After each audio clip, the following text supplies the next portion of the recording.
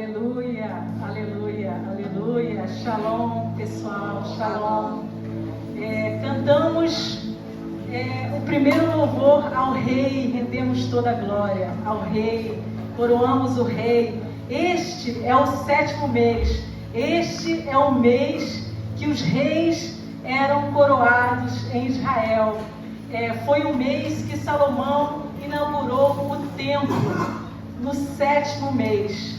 Então, cantamos inicialmente ao Rei, rendemos toda a glória, e terminamos com o noivo vem, né? Porque o Mashiach, ele veio montado no jumentinho, mas ele voltará para reinar em glória, aleluia. Então a gente cantou exatamente isso que a gente espera, né? Viver muito em breve, né? Nesse 7º mês, nós temos uma tribo, que é a tribo do mês. Vocês lembram qual é a tribo? O estandarte está aqui, mas está de lado. Qual é a tribo?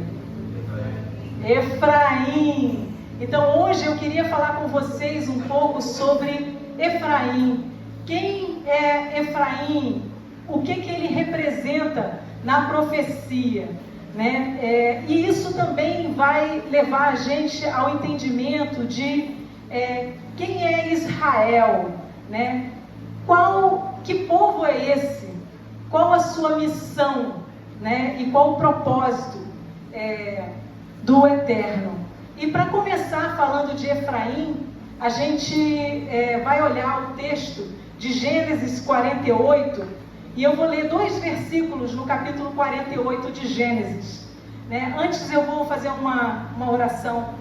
Pai, nós louvamos o Teu nome, Te bendizemos, Te adoramos, Te agradecemos, ó Pai, por mais uma vez podermos, Senhor, tratar da Tua Torá, da Tua instrução para nós, Pai.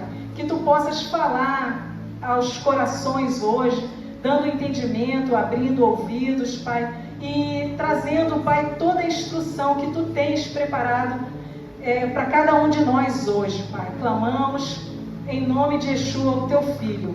Amém. E o verso 5 de Gênesis 48 diz assim: E agora teus 2 filhos, Efraim e Manassés, que te nasceram na terra do Egito, antes de eu vir a ti no Egito, são meus. Assim como Rúben e Simeão, eles serão meus. Então, Efraim é um dos filhos de José, que nasceu no Egito, filho de mãe egípcia. E Jacó, ou Israel, o seu novo nome, ele adota Efraim e Manassés como seus próprios filhos. E a gente vai ver no verso 19 desse mesmo capítulo, nós lemos o seguinte: E seu pai recusou e disse: Eu sei, meu filho, eu sei. Ele também se tornará um povo, e ele também será grande, mas em verdade, seu irmão mais jovem será maior do que ele, e sua semente se tornará uma multidão de nações. E aqui ele está falando de Efraim, porque Jacó, nesse trecho aqui, ele cruza as mãos, ele coloca a mão direita dele sobre a cabeça de Efraim, que é o filho mais novo de José, e a mão esquerda sobre Manassés, seria o primogênito natural de José, né? E ele passa uma bênção de primogenitura para Efraim. Efraim significa frutífero, e significa multiplamente frutífero, abundantemente frutífero, é o plural, Efraim, né? Então, quando José escolhe o nome dos seus filhos, Manassés, ele disse: porque o Eterno me fez esquecer da minha aflição aqui no Egito, mas sobre Efraim ele me tornou frutífero, né? Então, Jacó, nesse momento aqui, quando ele cruza as mãos e ele coloca essa bênção da primogenitura sobre Efraim, nós temos uma coisa inédita que acontece. Ele divide a primogenitura, que consistia num governo e também numa porção dobrada de herança, entre duas tribos, né? O governo fica com Judá. Em Gênesis 49, ele pronuncia uma bênção sobre cada um dos seus filhos, sobre as 12 tribos. Agora, tendo Efraim e Manassés representando José. Então, José, ele recebe, através dos seus filhos, a porção dobrada da herança. Efraim, ele tem quando a herança é dividida, o território de Efraim é prime, terra prime, é das melhores, é bem no centro, é enorme, é acima do território de Judá, né? Então, Judá fica com o governo, o cetro, o reinado não se afastará de Judá, né? E Efraim fica com a porção dobrada da herança. E o 7º mês, a gente tem a tribo de Efraim como o estandarte deste mês. É justamente o mês do rei, que os reis, eles assumiam o trono, né? Neste mês, nós dizemos, nós estamos nos preparando para o retorno do nosso rei, o Mashiach que virá para reinar em glória, não mais agora como aquele servo humilde, né? Ele virá como rei. Então, e Efraim, aqui no verso 19, é profetizado sobre ele que ele se tornaria uma multidão de nações, um povo numeroso, uma multidão de gentes. E no hebraico, a expressão é Melor Hagoim, e que quer dizer também, é traduzido no Novo Testamento, lá nas cartas de Paulo, como a plenitude dos gentios. Então, Efraim se tornaria a plenitude dos gentios, uma multidão de nações. E nós temos isso também profetizado nos profetas, né? E é interessante que essa bênção de Jacó é também uma profecia sobre os últimos dias, né? Ele diz, olha, aqui está sendo falado para os Aharit Hayamim, os últimos dias, o final dos tempos. Então, tudo que a gente está vendo Jacó fazer com cada uma das tribos se refere aos últimos dias, se refere a esses dias que nós estamos vivendo. E é interessante que quando vai haver a conquista da Terra Prometida, né? Nós sabemos que 2 dos espias, apenas 2, não morreram no deserto, né? Eles entraram para possuir a terra, né? Foram Josué e Caleb, né? Caleb, de que tribo era mesmo? Muito bem, Judá. Caleb da tribo de Judá. E Josué, Yehoshua, de qual tribo ele seria? Alguém arrisca? Estandarte. Seria Efraim. Então nós temos Judá e Efraim, que conquistam a terra prometida. Juntos, são os 2, né? E aí nós temos uma profecia em Ezequiel 37. Vamos lá para Ezequiel 37, porque nós temos o começo do capítulo falando sobre o vale dos ossos secos, né? E é um texto bem importante. Por quê? Porque também é uma profecia para os últimos dias, para os nossos dias, né? Que ainda estamos para ver. Ezequiel 37, né? Eu não sei se eu marquei aqui, Ezequiel 37. Sim. Eu vou ler do começo do capítulo, porque é um texto muito bonito. A mão de Yod-Heh-Vav-Heh, do Senhor, estava sobre mim e me carregou para fora no espírito do Senhor, Yod-Heh-Vav-Heh, e me pôs no meio de um vale que estava cheio de ossos, e me fez passar ao redor deles, e eis que eram muitos no vale aberto, e eis que estavam muito secos. E ele me disse: filho do homem, podem estes ossos viver? E eu respondi: Senhor Deus, tu sabes. Novamente ele me disse: profetiza sobre estes ossos e dize-lhes: ó vós, ossos secos, ouvi a palavra do Senhor. Yod-He Vav-He. Aqui é o tetragrama do nome de Deus.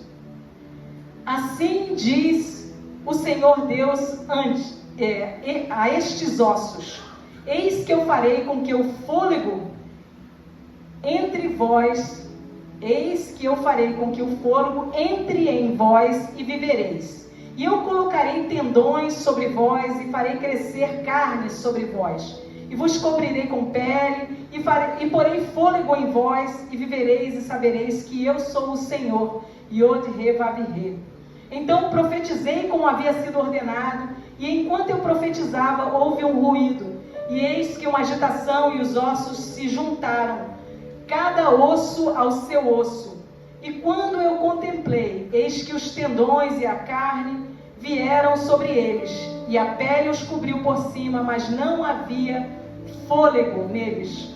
Então ele me disse: profetiza ao vento, ao Ruach, profetiza, filho do homem, e dize ao vento, ao Ruach: assim diz o Senhor Deus: vem dos 4 ventos, ó fôlego, e respira sobre estes mortos, para que eles possam viver. Então profetizei como ele me havia ordenado, e o fôlego veio para dentro deles, e eles viveram e se levantaram sobre os seus pés, um exército extremamente grande. Então ele me disse: filho do homem, estes ossos são toda a casa de Israel. E eles dizem: nossos ossos se secaram e a nossa esperança está perdida. Nós estamos cortados fora por nossas partes. E aqui cabe a gente entender o que é a casa de Israel aqui neste texto. A casa de Israel é o reino. Depois de Salomão, ele foi dividido, né? Por causa do pecado de Salomão, o reino foi dividido. 10 partes foram entregues a Jeroboão. Jeroboão era um auxiliar do rei Salomão. Adivinhem de qual tribo Jeroboão era? Estandarte, Efraim. Então, Jeroboão era da tribo de Efraim.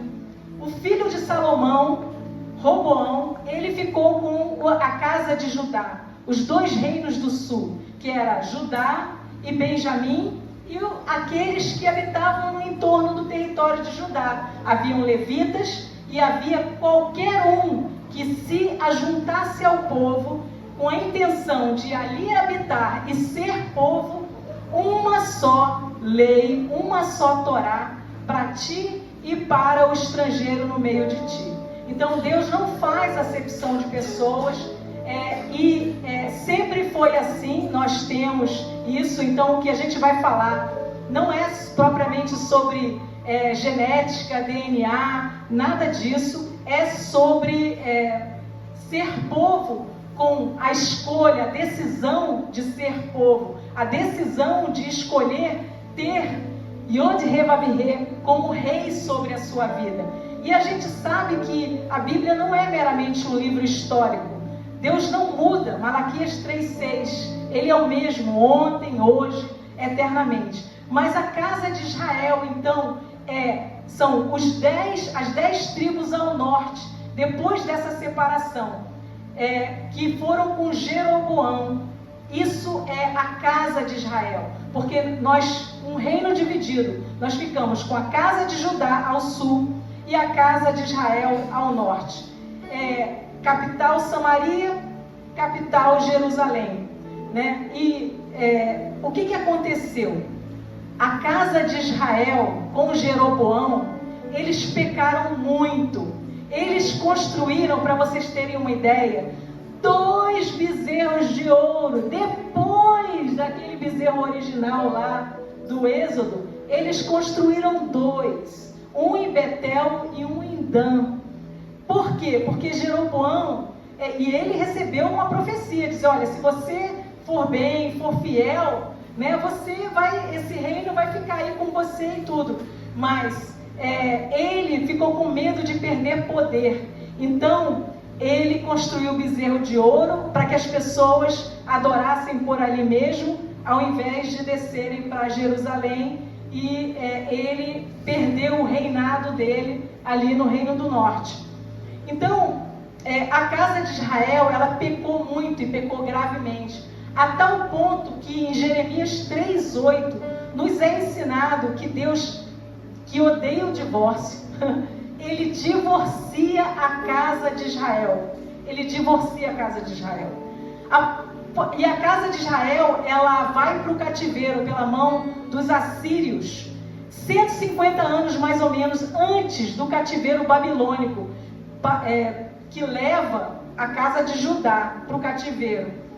Só que a casa de Israel nunca retorna desse cativeiro, oficialmente. É claro que pessoas, algumas retornaram, mas oficialmente eles ficaram na diáspora, né? Ficaram espalhados. E ficando na diáspora, eles cumpriram a profecia que Jacó colocou sobre Efraim, que é se tornar uma multidão de povos. Eles se espalharam, foram assimilados, também porque não valorizaram tanto as questões da Torá, como os da casa de Judá, que foram para o cativeiro babilônico, mas amavam a instrução, eles preservaram, e o Eterno os levou de volta após 70 anos. E eles foram os guardiões dos oráculos de Deus, da boca pela qual Deus fala, que é a Torá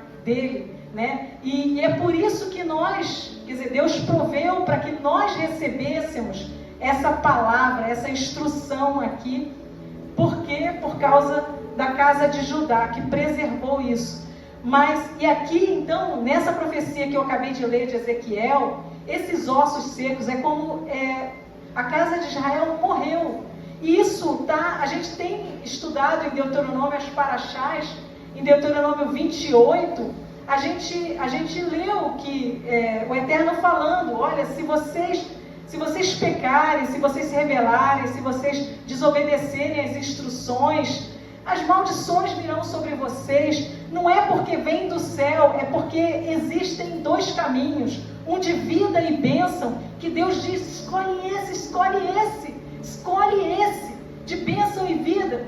Mas tem esse outro aqui, que é o que garante que nós não sejamos robôs, que nós tenhamos a possibilidade de escolher o que preferimos. Então, o homem planta o que quer, mas a colheita, ela vem de uma lei, né? Assim na terra como no céu. Então, se a gente planta chuchu, a gente vai colher chuchu e não abacaxi ou maçã. Enfim, existem leis e o Eterno faz desse jeito. E a instrução dele é porque ele deseja que nós não erremos.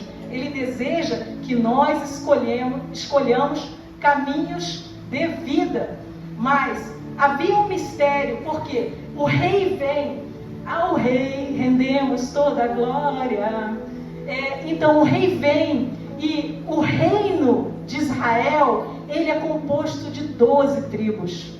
E aí era um mistério muito louco isso, como Deus divorciou a casa de Israel. Ela se espalhou pelo mundo todo, foi assimilado entre as nações, sumiu, ossos secos, não tinha nada mais.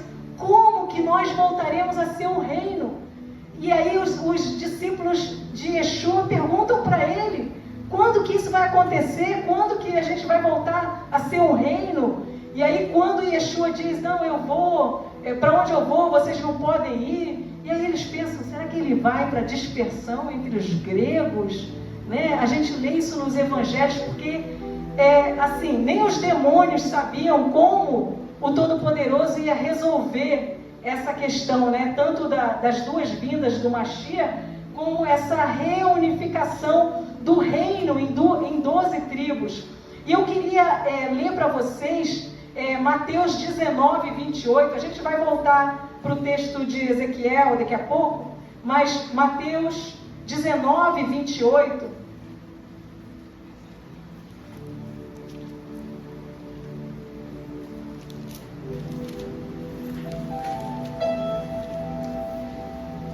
Diz assim: E Yeshua disse-lhes: Em verdade, eu vos digo que vós, que me seguistes, que na regeneração, quando o Filho do Homem se assentar no trono da sua glória, também vos assentarei sobre 12 tronos, para julgar as 12 tribos de Israel. Haverão 12 tronos, há 12 portas na Jerusalém celestial. Jacó, né, ele tinha 12 filhos, são 12 tribos, né?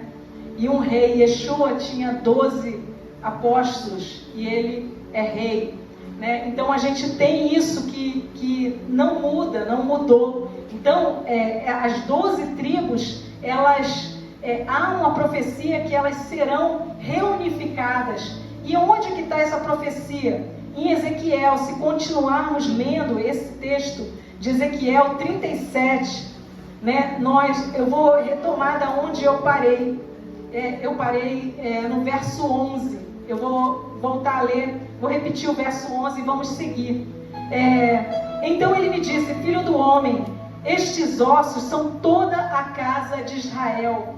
Eis que eles dizem: nossos ossos se secaram e nossa esperança está perdida. Nós estamos cortados fora por nossas partes. Portanto, profetiza e dize-lhes: assim diz o Senhor Deus: eis, ó meu povo, que eu abrirei os vossos túmulos e vos farei sair dos vossos túmulos e vos trarei à terra de Israel. E sabereis que eu sou Yod-Heh-Vav-Heh, quando eu tiver aberto vossos túmulos, ó povo meu, e vos trarei de vossas sepulturas, e porei o meu espírito em vós, e vivereis, e eu vos colocarei na vossa própria terra. Então sabereis que eu, Yod-Heh-Vav-Heh, disse isto, e o cumpri, diz Yod-Heh-Vav-Heh.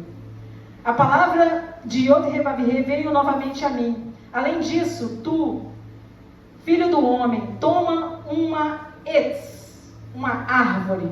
Na nossa tradução aqui está uma vara, mas etz em hebraico é árvore. Então toma uma árvore e escreve nela: por Judá e pelos filhos de Israel, por seus companheiros. Então toma outra vara e escreve nela: por José, vara de Efraim, e por toda a casa de Israel, seus companheiros. E junta-os um ao outro em uma só vara, e elas se tornarão uma na tua mão. E quando os filhos do teu povo falarem a ti, dizendo: tu não nos mostrarás o que queres mostrar-nos com estas coisas, dize-lhes: assim diz o Senhor Deus: eis que eu tomarei a vara de José, que está na mão de Efraim, e das tribos de Israel, seus companheiros, e as colocarei com ele, com a vara de Judá, e farei delas uma vara, elas serão uma na minha mão. E é neste texto aqui que Paulo, o Rabino Shaul, em Romanos 11, ele faz uma midrash deste texto, nos explicando o que é essas duas árvores. O que são essas duas árvores, né? Israel, na profecia, ela é tida como uma oliveira, né? E a gente tem texto, mas eu não quero me delongar muito para que vocês, o cerne da mensagem, vocês captem. Mas existem textos que, na profecia, porque, vejam, é importante que nós saibamos que o Novo Testamento não é novo. Ele é a melhor interpretação do Antigo Testamento. Ele é a melhor, porque dada pelo nosso Rabino, o nosso Mashiach, Yeshua, né? Mas, pela definição da própria Torá, nada pode ser acrescentado ou retirado. Então, se algo fosse modificado, acrescentado ou retirado, e vejam, existe uma coisa que é Deuteronômio 13, o teste do falso profeta. E Deuteronômio 13 diz mais ou menos assim: olha, se surgir entre vós um profeta e ele fizer sinais e maravilhas, operar milagres, é só que ele ensinar vocês a se desviar para a direita, para a esquerda, nem que seja um pouquinho da minha instrução, da Torá, ele é um falso profeta. Eu permito isso para que o seu coração seja provado. Se vocês gostam de mim e da minha instrução, ou se vocês gostam de milagres. E vão seguir os falsos profetas. E nós temos isso como operação do erro. Temos isso lá em Tessalonicenses também. Vai haver o tempo da operação do erro, onde pessoas vão dar ouvidos a espíritos de demônios, vão seguir milagres, mas que é loucura, que não está de acordo com a palavra, com a instrução. Então, a gente tem duas coisas que não haviam na época de Yeshua. Uma delas era o Novo Testamento. Não havia. A Bíblia de Yeshua era a Torá, o que a gente tem como Tanar, a Torá de Deus. Existe um texto que Yeshua diz assim: o que está escrito na tua Torá? E aí ele cita Salmos. Então a gente sabe que para Yeshua, a Torá de Deus não é só a Torá de Moisés. Existe a Torá de Moisés, que são os 5 primeiros livros, mas existe a Torá de Deus, porque Torá significa instrução. Então a instrução de Deus, na época de Yeshua, era todo o que a gente chama de Antigo Testamento. Hoje é toda de Gênesis a Apocalipse, para nós, a Torá de Deus. Só que nós devemos perceber que o Novo Testamento não é novo, não pode ser. E se ele não for entendido em conformidade com a Torá que Yeshua ensinou, a gente não vai estar entendendo a mensagem do Novo Testamento. Para entendermos o Novo Testamento, e Paulo, que é dificílimo, porque o que Paulo vai explicar? Paulo vai explicar os mistérios. Nós temos 4 níveis de interpretação bíblica. Nós temos o nível literal, Peshat, é o mais básico, assim, você lê, Adão e Eva foram criados mesmo, literal. Aí nós temos o nível mais simbólico, metafórico. Aí nós temos o nível, que é o Remes. Aí nós temos o nível Drash, da sistemática, dos links, né? E aí nós temos o nível do mistério, o Sod. Então nós temos 4 níveis. E esses níveis, eles não anulam uns aos outros, eles se sobrepõem. Todos eles são válidos. E olha, a gente, como nós não crescemos com essa instrução, agora, já tardiamente, que a gente começa a estudar, para que isso penetre na nossa mente e para que a gente no futuro não seja enganado com falsa doutrina, com doutrinas de demônios, porque o que vai fazer discernir? É a instrução, é conhecer a instrução, que vai fazer com que nós não erremos, não sejamos enganados. Por quê? Está escrito expressamente em Apocalipse 16, se eu não me engano, seres imundos, que é sinônimo de demônio, vão fazer sinais e maravilhas, e muitos vão seguir, e vai ser aclamado como Machia. Operação do erro vai acontecer. E quem que não vai cair? Quem conhecer as Escrituras, quem souber a profecia, este não vai ser enganado, este vai confiar, né? E vai saber. Então, o mistério, e Deus chama Paulo para explicar esse mistério. Como que, depois de divorciar a casa de Israel, ele vai voltar. Por quê? Porque uma vez que você divorciasse uma mulher na lei da Torá, você nunca mais podia casar com ela. Isso também, no nível Peshat, era para que ninguém banalizasse o divórcio. Eu me separo dela aqui, se eu não gostar, eu vou para outra. Se eu não gostar, eu volto. Quer dizer, o Deus nunca quis isso. Ele sempre quis que, na verdade, na Torá, alguns pensam, a Torá é meio machista. Ao contrário, ela é super protetora da viúva, do órfão, da mulher, super protetora. Sempre Deus se preocupa com o fraco, né? Aquele que não tem por si. Então isso era um mistério. Como é que vai fazer? E Paulo explica isso muito bem na carta aos Romanos, Romanos 7. Agora tem um problema, porque Romanos 7 começa assim: falo para aqueles que conhecem a Torá. Aí tem um problema. Por quê? Porque o cristianismo, a igreja da onde eu nasci, cresci, batista, né? E a gente não conhecia a Torá, mas a gente achava que entendia Romanos, e entendia Romanos 7 também. Mas Paulo está dizendo, olha só, se você não conhece a Torá, é o início de Romanos 7, você não vai entender o que eu vou te dizer agora. Então conheça a Torá para você entender. Paulo era doutor da lei, ele era mais estudado do que qualquer um de nós aqui.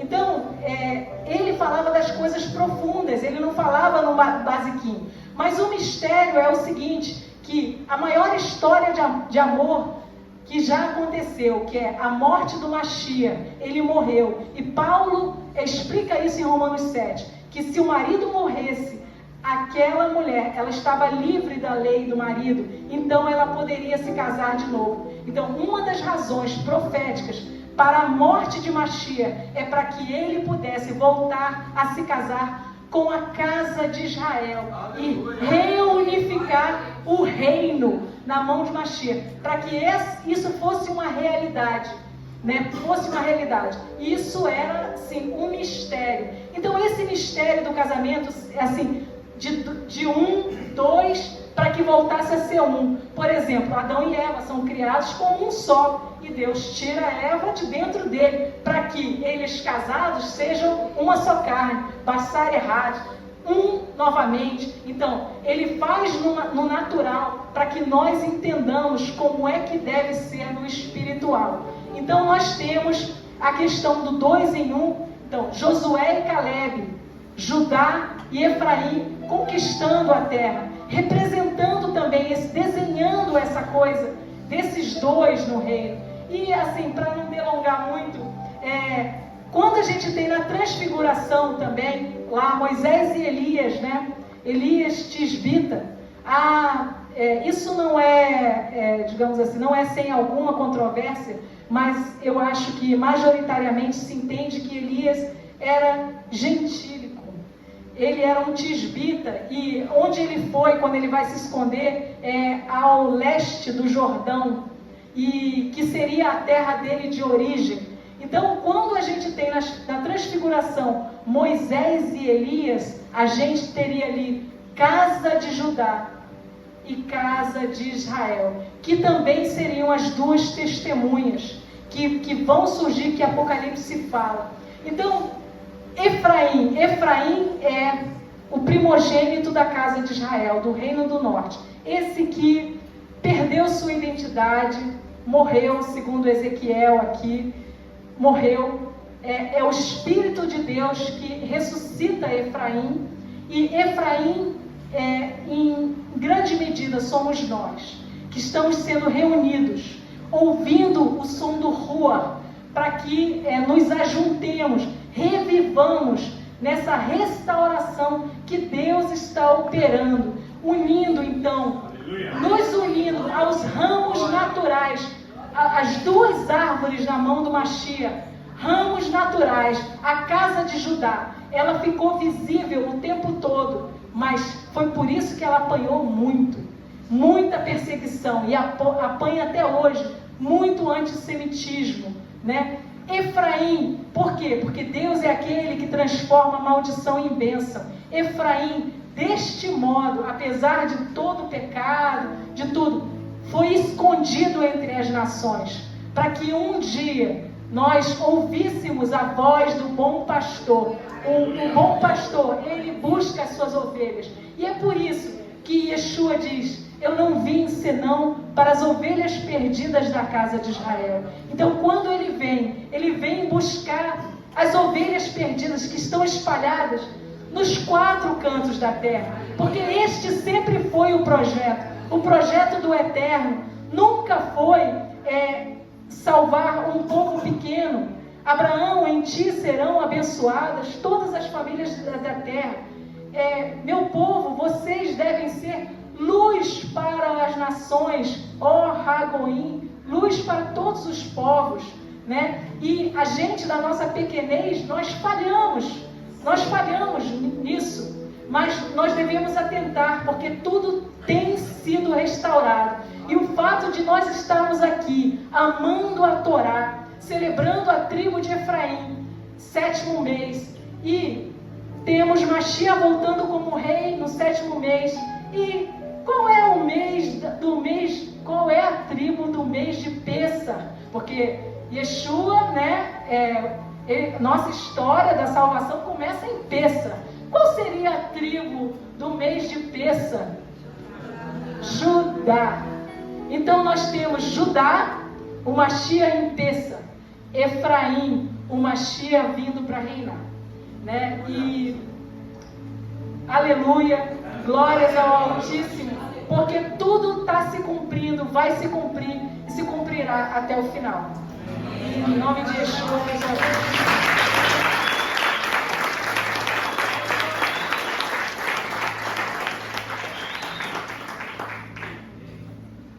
Amém. Amém, gente. Glória a Deus.